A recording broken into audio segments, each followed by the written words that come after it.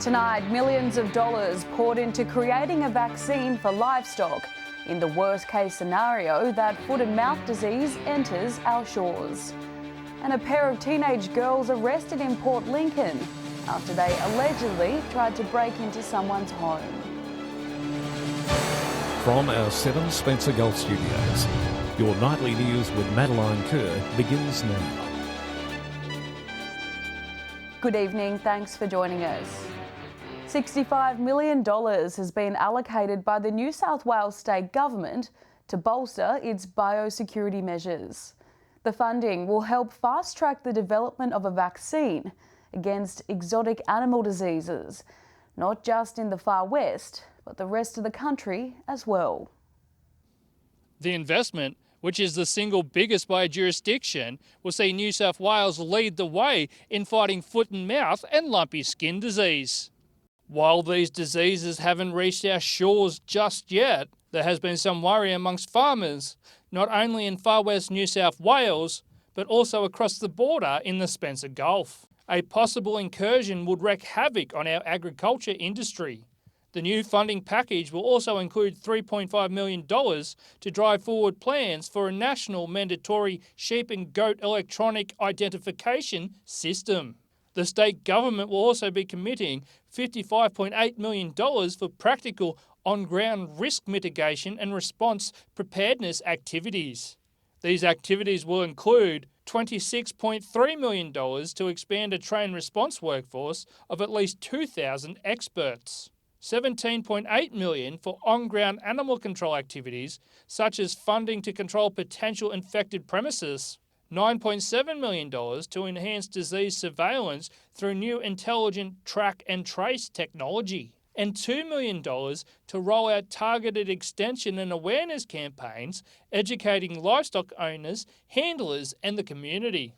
Minister for Agriculture Dugald Sanders says that this preparedness package addresses the devastating impact a possible incursion of these diseases would have not only on the state but also the country. For more information on the investment and a funding breakdown, you can visit the Department of Primary Industries website. 2 16-year-old girls have been arrested in Port Lincoln after allegedly trespassing on a private property. Just after 1:30 yesterday afternoon, officers were called to Follett Street after 2 people allegedly tried to break into a home. Police responded to the scene and were able to locate the pair, with one of the girls being found on the roof. The teens have since been charged with being unlawfully on the premises and will appear in front of the youth court at a later date. Pet owners across the Spencer Gulf are being impacted by a lack of veterinary clinics here in the regions.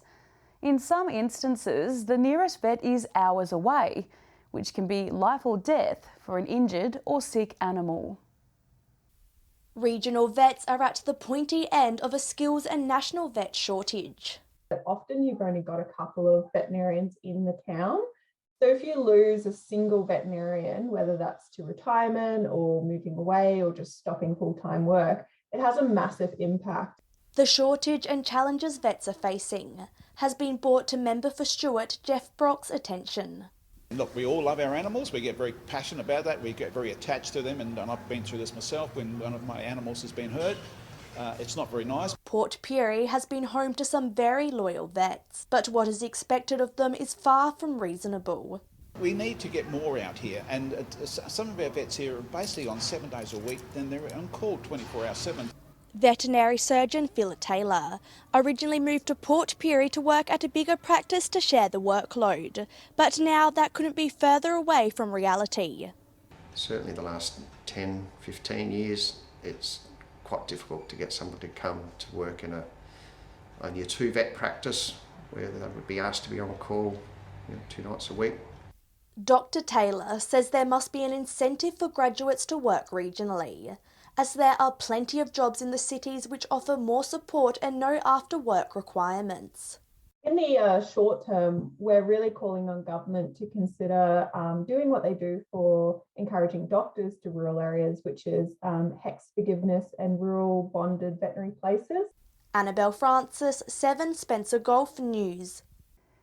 For one night only, the Whyalla Left Hand Club will come to life, with visiting and local musicians hitting the stage.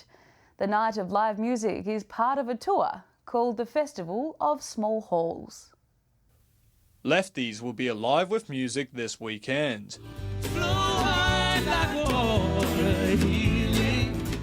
So we have the Festival of Small Halls coming to Whyalla on Sunday, 28th of August, this Sunday coming.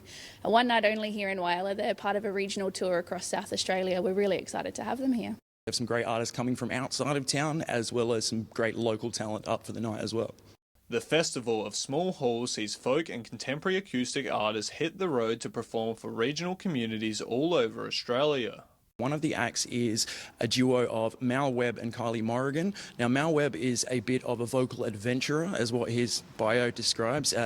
In kind of today's technology, he uses a lot of loop pedals and does a lot of different things with his vocals. The event will also see Australia's Got Talent finalist Chris Tamwoy jump on stage. From what I've seen as well, he has a very unique style of playing his guitar. He plays it on his lap, a lot like a lap steel. It's fantastic to be able to do something else for the community and get everyone involved. We love our music here in Whyalla, so we're bringing in some artists that are travelling around, but we're also bringing in one of our locals, Bree Ryan, who is opening the act, and we're really excited. It's going to be a great night of great music. The City Council encouraging community members to bring their friends and family along for a fun-filled night.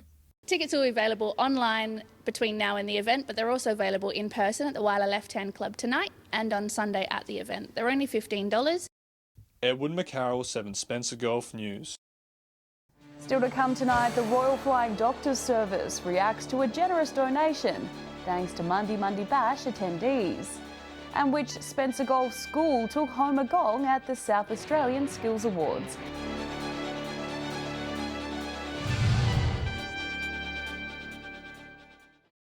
Welcome back to 7 Spencer Golf News. The southeast section of the Royal Flying Doctors Service has received around $90,000 after last week's Monday Bash. The funds will help deliver programs in Western New South Wales. There is still some counting going on before an official figure is released. But at last check, the money raised had hit the 90,000 mark. I believe there's still some counting going ahead, so we are up around the 90,000 mark. We were advised on Saturday that we'd reached 90,000, so yeah, fantastic effort to everyone that did contribute. The organisation's presence at the bash really helped, with those who did pass through the Silver City dropping by the Bruce Langford Visitors Centre out at the airport. Being able to, as an organisation, educate people on some of the sort of trials and tribulations, some of the challenges faced by regional and remote people when it comes to their health. The funding will cover the southeast section of the service and will help deliver different programs in outback areas. All of our funding will go towards programs, so all the dollars will go directly to funding our programs, buying equipment as it's needed, helping to support our teams to go out into communities and deliver programs. The team that manned the stall out at the event were praised for their work in educating people on what services the organisation provides. Big thank you to the team that was actually out there over the time of Monday, and supporting the crowd and just helping with that education piece. Joshua Mercer, 7 Spencer Golf News. Port Augusta Secondary School won big at last night's South Australian Skills Award.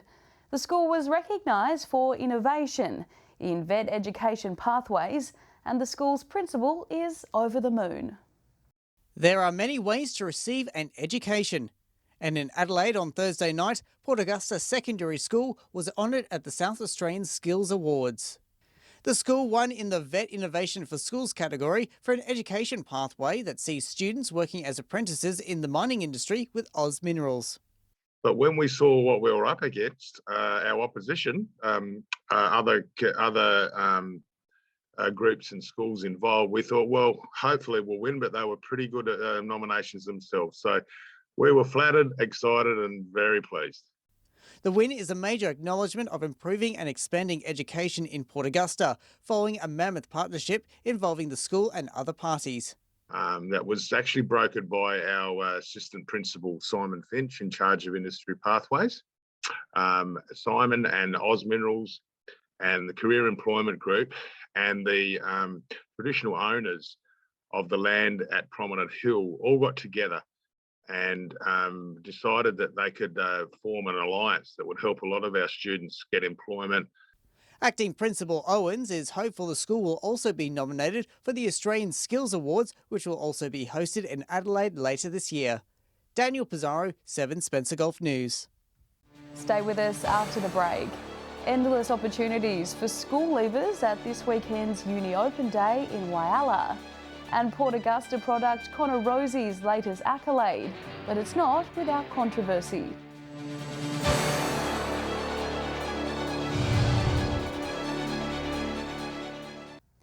Welcome back.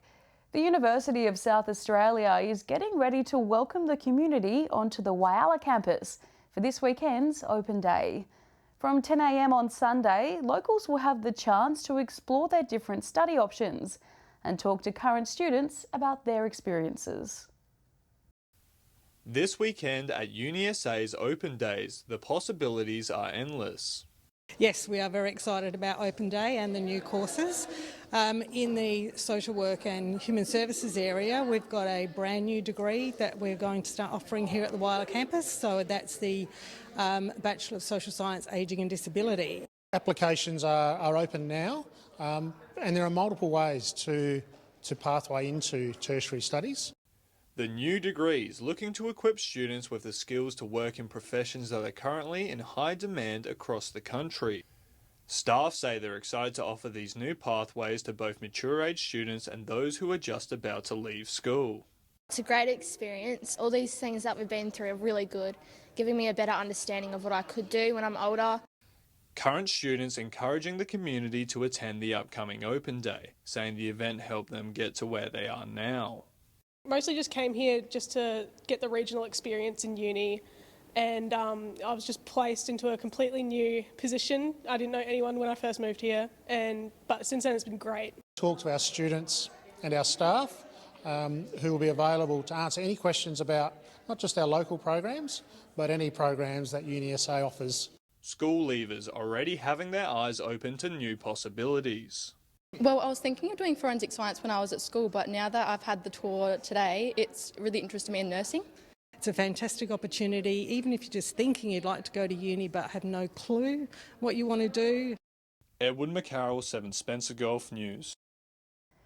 Port Adelaide's Connor Rosie has been named in the final 22-man All-Australian squad for 2022.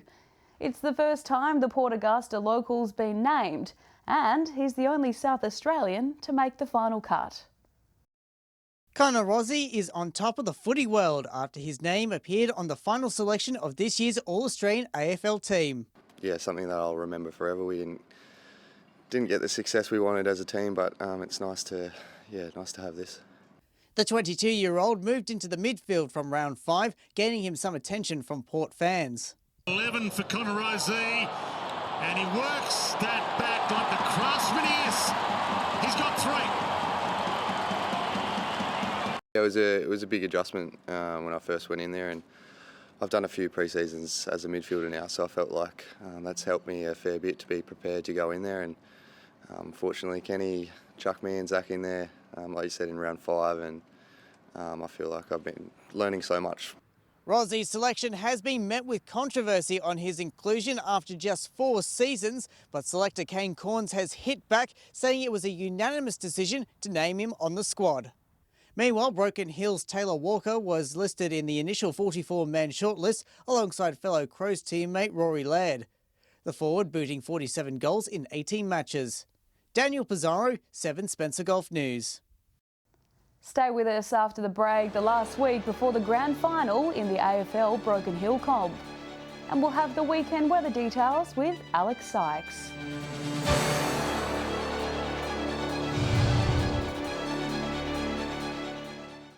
Welcome back to 7 Spencer Gulf News.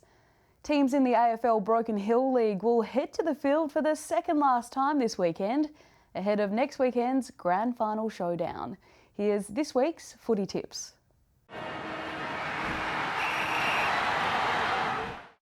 Preliminary final day in Broken Hill, and what a cracker of a game we're going to have in A grade. Central, well, their form in the last 2 weeks has been absolutely outstanding. A club that did not win a senior game last year is on the verge of playing in a grand final. They meet North tomorrow. Can they beat the Bulldogs? I think they can. And in the women's, South and North. This will be a humdinger of a game. Who's going to win? I'll lean towards the Southies. They'll meet Central next week in the grand final. Prelim final, Broken Hill, some great footy coming up. Hello and welcome to the last minor round of SGL football. This round sees 2 matches in Pirie and 1 in Port Augusta. In Port Augusta, it's South who face West. West are yet to win a game this season, and 5 o'clock on Saturday can't come around quick enough for them. I'm tipping South. In Pirie, at Memorial Oval, it's Solies who host Central. Solies will finish the minor round top of the table, while Central will miss the finals. I'm tipping Solies. At Port Oval, it's the Lions up against Port. The Lions come into this match red hot after a big win over West last round, while Ports will have an eye on next week's elimination final after making the finals for a second consecutive year. I'm tipping the Lions. Last round of Wyler football coming up before we play finals. Nothing's going to change this weekend, so some teams may take it a bit easy, but still some good games. Friday night football, West Wyler versus North Wyler. Both teams way out of form in recent weeks, and I think West will sneak across the line. Saturday at Bennett Oval, it's Rapina versus South Wyler. Another winless season for South. They have played some good football in recent weeks, but I think the Roos will win easily. And finally on Saturday at Memorial Oval, the top 2 teams, Roona Bay versus Central Wyala. Preview of next week's qualifying final. I think they'll rest some players, but top team Centrals should get across the line. May the best teams win. Good luck to everyone playing. Time now to take a look at what's happening in the weather with Alex Sykes. Alex, the Bureau is predicting a pretty nice weekend ahead. A beautiful weekend ahead, Maddie, especially Sunday. Locals in the far west who are still coming off the high from the Monday bash will enjoy sunny conditions and 25 degrees. But I'll have more on that and how the rest of the region is faring in just a moment. Taking a look at some of today's standout temperatures, 15 degrees was the maximum reached in Port Lincoln, 14 the top in Broken Hill, a warmish one in Woodnor today reaching 18 degrees with partly cloudy conditions. Looking more broadly at today's weather map now, the only place warmer than Port Augusta and Port Pirie was Cooper Pedy, which reached 19 degrees today, 16 in Wyler, 15 in Kadina. Taking a look at the satellite image now, warm northerly winds will freshen ahead of a low pressure trough extending over the west on Sunday afternoon. This trough and an associated cold front will reach central districts early Monday, then move over the east Monday afternoon. Moving on to tomorrow's weather outlook now, and we'll start with the Gulf waters. Northeasterly winds about 10 knots, increasing 15 knots early in the morning, seas below 1 metre, and south to southwesterly swell below 1 metre, increasing to 1.5 metres. Mostly sunny in Port Lincoln on Saturday, 19 degrees, getting down to 8 degrees tonight. Even warmer in Cleve, set to reach a top of 20 degrees there, 9 overnight. Woodnors won't miss out on the sun either, heading for a mostly sunny top of 22 degrees after an overnight low of 7. Partly cloudy and 21 degrees in Wyler tomorrow. Low temperature will be about 8 degrees. 23 degrees on the way for Port Augusta, down to 9 tonight. And Kadina will be mostly sunny and 19 degrees. Mostly sunny and 21 degrees in Port Pirie on Saturday, down to 8 tonight. 16 in Clare after an overnight low of 7. Partly cloudy and some light winds around Broken Hill, set to reach a top of 19 degrees there. Taking a look further through the week now. Now Sunday's outlook is the pick of the bunch. Look at that. You wouldn't know it was still winter with those temperatures. 29 degrees in Cooper Pedy. Port Augusta not far behind with 27 degrees expected on Sunday. 26 in Woodnor with a 20% chance of rain. A little bit of rain in Port Lincoln, but a mostly sunny day reaching 21 degrees. Taking a look at Monday's outlook now. Sunny and 22 in Broken Hill. Partly cloudy and 19 in Port Augusta. Unfortunately, showers across the rest of the region though. Temperatures between 15 and 17. And finally, taking a quick look at how Tuesday is looking. Cloudy conditions across most of the Spencer Gulf, 15 in Port Lincoln and Kadina, 16 in Woodnor and Wyler, partly cloudy in Port Pirie, 17 degrees, Broken Hill sunny and 16. And that's all the weather from me for tonight. Maddie, I hope you have a great weekend. It's back to you. Thanks for that, Alex. And that's the local news this Friday. I'm Madeline Kerr. Thanks for joining us. I'll have updates a little later, but until then, enjoy your evening and your weekend. Good night.